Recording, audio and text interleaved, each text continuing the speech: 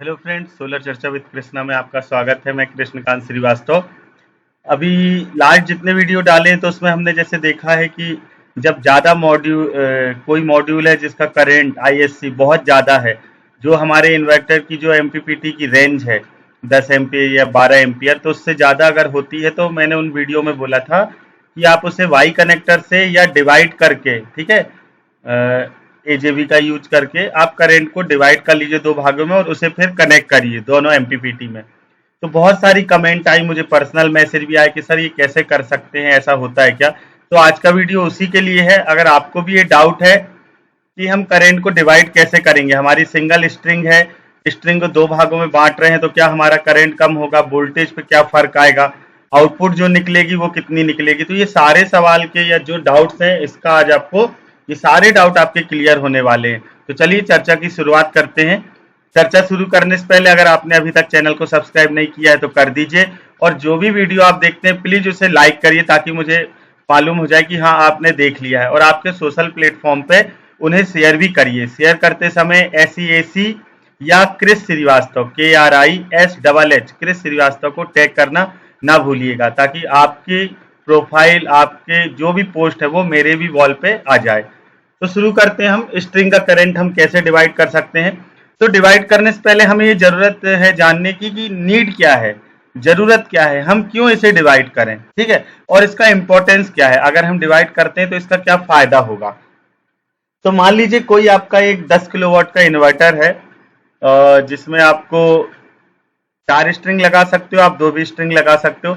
छोटे से एग्जांपल लेते हैं, मैंने जो स्लाइड में भी किया है कि एक 5 किलोवाट का इन्वर्टर, उसमें हमको स्ट्रिंग लगाना है, ठीक है।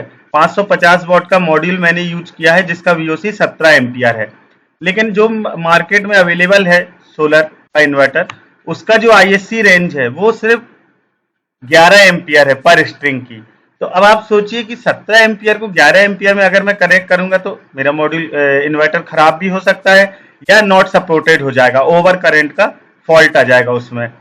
तो इसी समस्या को दूर करने के लिए हमें जो भी हमारी स्ट्रिंग का करंट है उसे दो भागों में बांटना पड़ता है। अब आप 2 भागों में बांटिए या 3 भागों में बांटिए, लेकिन इन्वर्टर में आपके 2 स्ट्रिंग अवेलेबल रहती हैं तो आप इसे 2 भागों में बांट सकते हैं। कैसे बांटेंगे ये हम आगे की स्लाइड में देखते हैं। ये एक इन्वर्टर की डाटा शीट है और ये एक मॉड्यूल की डाटा शीट है। तो जैसे आप इसमें देख सकते हैं 550 वाट के पैनल का जो करंट वो 18.5 एम्पियर है, ठीक है, ISC। लेकिन अगर इस इन्वर्टर को मैं देखूं या और भी जो कंपनी के इन्वर्टर है आप देखेंगे लगभग सभी एक जैसे होते हैं। आप इसे देखेंगे तो इसमें एमपीपीटी तो 2 है, हम एक स्ट्रिंग बनाना चाहते हैं। 5 किलो वाट का इन्वर्टर है, मतलब हमारी 9 पैनल हम इसमें लगाएंगे 550 वाट के। अब अगर मैं 2 स्ट्रिंग बनाता हूं, ठीक है, एक 5 पैनल की एक 4 पैनल की, तो स्टार्टिंग वोल्टेज आप देखो कितना है, 250 वोल्ट से 550 वोल्ट, ठीक है, या 90 से 580 वोल्ट। तो वोल्टेज कम होने का डर है, ठीक है, हमारी स्ट्रिंग का। इसलिए हम क्या चाहते हैं, हमारा वोल्टेज हायर रहे लेकिन फिर भी हम इसमें कनेक्ट कर सके मॉड्यूल। तो आप कैसे करोगे, 2 एमपीपीटी हैं, दोनों पे 1 बाय 1 मतलब एक एक स्ट्रिंग लगा सकते हैं हम। तो टोटल हम 2 स्ट्रिंग कनेक्ट कर सकते हैं हमारे इन्वर्टर में। अब 2 स्ट्रिंग करने के लिए या तो मैं 5 और 4 2 स्ट्रिंग बना दूं, एक 5 पैनल की एक 4 पैनल की, लेकिन उससे क्या होगा, जो वोल्टेज है हमारी स्ट्रिंग का वो कम हो जाएगा, है ना। वोल्टेज कम होने से क्या नुकसान होता है इस पे हम सेपरेट वीडियो बना लेंगे। तो हम क्या चाहते हैं, हमेशा स्ट्रिंग की जो वोल्टेज रेंज है वो मैक्सिमम रखी जाए। तो अब मैं इसमें क्या कर सकता हूं, क्योंकि मेरे पास ऑप्शन है कि मैं इसमें 2 स्ट्रिंग करके लगा सकता हूं, और मैं इस करंट को अगर 2 भागों में बांट देता हूं तो एक इसमें लग जाएगी एक एमपीपीटी में, दूसरी दूसरे एमपीपीटी में लग जाएगी। तो मेरा स्ट्रिंग एक ही बनी है लेकिन मैंने उसे 2 भागों में बांट दिया, वोल्टेज पे कोई फर्क नहीं होगा। तो ये हम आगे की स्लाइड में देखते हैं हम इसे कैसे करेंगे। ये ऑप्शन 1 है, 2 तरीके से मैं इसे कर सकता हूं। ये पहला ऑप्शन है, ये हमारा 1 इन 1 आउट का DCDV है। ये मेरी 9 पैनल की स्ट्रिंग आई यहाँ से, ये 550 वाट की 9 मॉड्यूल लगाए मैंने, VOC 341 हो जाएगा, ISC 18.5 है। अब मैं इसे, पहला तरीका क्या है कि इसमें जो MCB लगी है आउटपुट की, वहां से मैं एक आउटपुट लूं। एक आउटपुट ये पॉजिटिव ले लिया, एक आउटपुट ये नेगेटिव ले लिया। ये आप देखो ब्लैक से ये नेगेटिव आउटपुट आ रहा है, ये प्लस रेड से ये मेरा पॉजिटिव हो गया, एक पॉजिटिव दूसरा पॉजिटिव, ठीक है। कनेक्शन में बदल सकता हूं, ऐसा नहीं है कि आप कहोगे सर ऐसा तो इन्वर्टर में लगेगा नहीं, एक्चुअल में यही लगेगा इन्वर्टर में। आप इन्वर्टर में देखोगे तो पॉजिटिव पे नेगेटिव रहता है और नेगेटिव पे पॉजिटिव MC4 रहता है, तो आप ऐसे निकाल के इसे लगा सकते हैं। तो एक ये पॉजिटिव मेरा एक MPPT में चला जाएगा, दूसरा ये दूसरे MPPT के पॉजिटिव में चला जाएगा, और इसी तरह नेगेटिव मेरे चले जाएंगे, ठीक। क्या करेंगे हम, अब आप देखो यहाँ इनपुट आ रहा था स्ट्रिंग का, ये आउटपुट पे क्या मिला मुझे, जब मैंने इसे दो भागों में बांट दिया तो पहले MPPT पे मेरा VOC तो सेम जाएगा 341.1, ISC मेरी जस्ट आधी हो गई, क्यों, क्योंकि हमने इसे बराबर दो भागों में बांट दिया है। करंट डिवाइड रूल है ये, दो भागों में मेरा जो करंट है वो बढ़ गया है। फिर इधर से आपका ISC MPPT 2 पे क्या हो जाएगी, दूसरे पे भी आधी हो जाएगी। तो मेरे दोनों ये जो स्ट्रिंग है, ये मेरे जो इन्वर्टर में दो MPPT थे, एक इस पे लग जाएगा MPPT 1 पे और एक इस पे लग जाएगा MPPT 2 पे। यहाँ जो वोल्टेज आएगा वो 341 आएगा और करंट 9.26 आएगी। करंट आप इसकी देख सकते हो, स्ट्रिंग की 11 एम्पियर है स्ट्रिंग करंट। तो मैं इसमें कितनी करंट दे रहा हूं, मैं 9 ही एम्पियर दे रहा हूं, तो मेरा जो ये इन्वर्टर है ये प्रॉपर काम कर लेगा, है ना। अगर मैं चाहूं, आप बोलो सर एक ही MPPT पे क्यों नहीं डाल दिया हमने 18 एम्पियर, तो आप देखो MPPT की जो रेंज है 13.2 एम्पियर है, शॉर्ट सर्किट करंट। हमारे स्ट्रिंग का करंट 18 हो रहा है, यही कारण है कि हम इसमें नहीं कनेक्ट कर पा रहे हैं, ठीक है। तो हम क्या करेंगे, इस प्रकार से दो स्ट्रिंग बना लेंगे और दो स्ट्रिंग बना के एक पहले MPPT में लगा देंगे, दूसरा दूसरे MPPT में लगा देंगे। मॉड्यूल से हम एक ही स्ट्रिंग लाएंगे, क्यों लाएंगे, क्योंकि मॉड्यूल से DC-DB तक की रेंज हमेशा ज्यादा ही होती है, 10 फीट 20 फीट 30 फीट।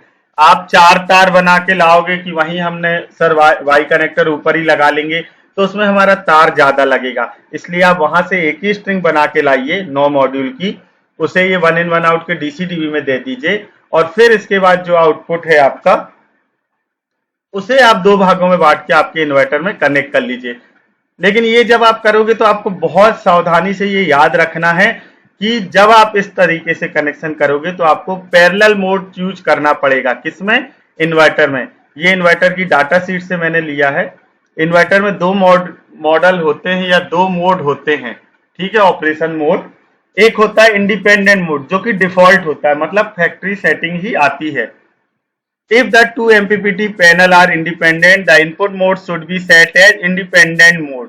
इसका मतलब है कि मेरे जो दोनों MPPT हैं वो अलग अलग सेपरेट वर्क करेंगे, दोनों आपस में शॉर्ट नहीं होंगे।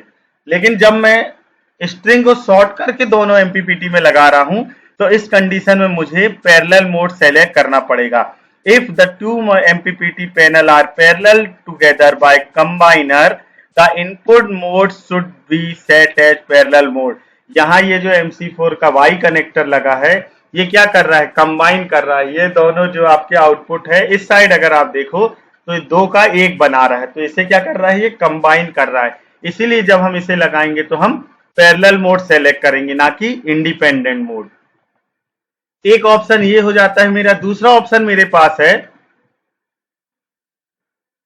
कि मैं वाई कनेक्टर यूज ना करूं। कई बार क्या होता है वाई कनेक्टर मिलता नहीं है, और मिलता है तो थोड़ा कॉस्टली होता है, तो आप इसे इस तरीके से भी कर सकते हो। DC-DB सेम है हमारा, ये स्ट्रिंग आई, मैंने यहां से डायरेक्ट दो आउटपुट निकाल लिए। तो यहां से अगर आप आउटपुट निकाल रहे हो और वाई कनेक्टर से आउटपुट निकाल रहे हो, इसमें कोई फर्क नहीं होगा। हमारे 550 के 9 मॉड्यूल है, VOC हमारा ये है, ISC इतना है। तो आप देखो MPPT 1 पे भी वही जाएगा जो पिछले वाई कनेक्टर यूज करने पे गया, और MPPT 2 पे भी वही जा रहा है जो मेरे पिछले वाई कनेक्टर यूज करने पे गया। तो मेरे पावर सप्लाई में वोल्टेज करंट या पावर में कोई भी फर्क नहीं पड़ा। तो एक तो आप वो तरीका कर सकते हो, दूसरा ये है, या इससे अच्छा आपको मैं एक चीज बताऊं, we can use 1 in 2 out AJB। इसी DC-DB को आप AJB बनवा लीजिए। AJB कैसा बनेगा, यहां पास आपकी ये इनपुट आया है तो इस इनपुट पे आप MCB लगा दीजिए, और इसके जस्ट बाद इसी तार से दो निकाल के आउटपुट, दो फ्यूज लगा के वहां से आप ये सेपरेट तार निकाल लीजिए। तो भी आपका ये काम जो है वो प्रॉपर तरीके से होगा। दोनों स्ट्रिंगों पे सेपरेट आप प्रोटेक्शन दे रहे हैं और आपकी लाइन जो है वो भी सेपरेट है। शॉर्ट होने का या लूज कनेक्शन होने का कोई भी रिस्क वहां नहीं रहेगा। तो ये दो प्रकार हैं जिनसे आप करंट को डिवाइड कर सकते हैं। हमारी डिजायर्ड वैल्यू, जो हमारे इन्वर्टर में डिजायर्ड वैल्यू है कि अगर 11 एम्पियर है या 13 एम्पियर है, लेकिन मेरी स्ट्रिंग का करंट 20 एम्पियर हो रहा है, तो मैं उसे इस तरीके से बांट सकता हूं। तो पहला तरीका क्या है, वाई कनेक्टर। दूसरा तरीका है डीसी डीबी में ही मैं पैरेलल दो आउटपुट ले लूं या 1 इन 2 आउट का एजेबी एरे जंक्शन बॉक्स यूज कर सकता हूं। तो उम्मीद करता हूं आज का वीडियो आपके लिए हेल्पफुल रहा होगा। नेक्स्ट ऑन ग्रिड सिस्टम की जितनी भी डिजाइनिंग हम देखेंगे उसमें बहुत जगह ये हमको वाई कनेक्टर या ये यूज करने की जरूरत पड़ती है। तो अगर हम वहां यूज करते हैं और अगर आपको फिर से डाउट आता है तो आप ये वीडियो मेरा देख सकते हैं। इसे अपने सोशल प्लेटफॉर्म पे शेयर करिए ताकि और भी लोग जो सोलर में काम कर रहे हैं उन्हें सोलर की जितनी भी टेक्निकल ट्रिक्स है, सपोर्ट है या सिस्टम है या डिजाइनिंग है या वायरिंग है, ठीक है, वो आसानी से मिल सके फ्री ऑफ कॉस्ट। अगर आप मुझसे जुड़ना चाहते हैं सोलर चर्चा विद कृष्णा, एक्चुअल में ये सौर ऊर्जा जागरूकता अभियान जो मैंने एक चलाया था, सोलर एनर्जी अवेयरनेस कैंपेन, उसका ही एक पार्ट है जिसमें मैं skill education free of cost provide करने की कोशिश कर रहा हूं। तो अगर आप अवेयरनेस कैंपेन से भी जुड़ना चाहते हैं, आपके सिटी में या आपका ट्रेनिंग सेंटर है वहां आप ट्रेनिंग कराना चाहते हैं, तो आप मुझसे कनेक्ट हो सकते हैं।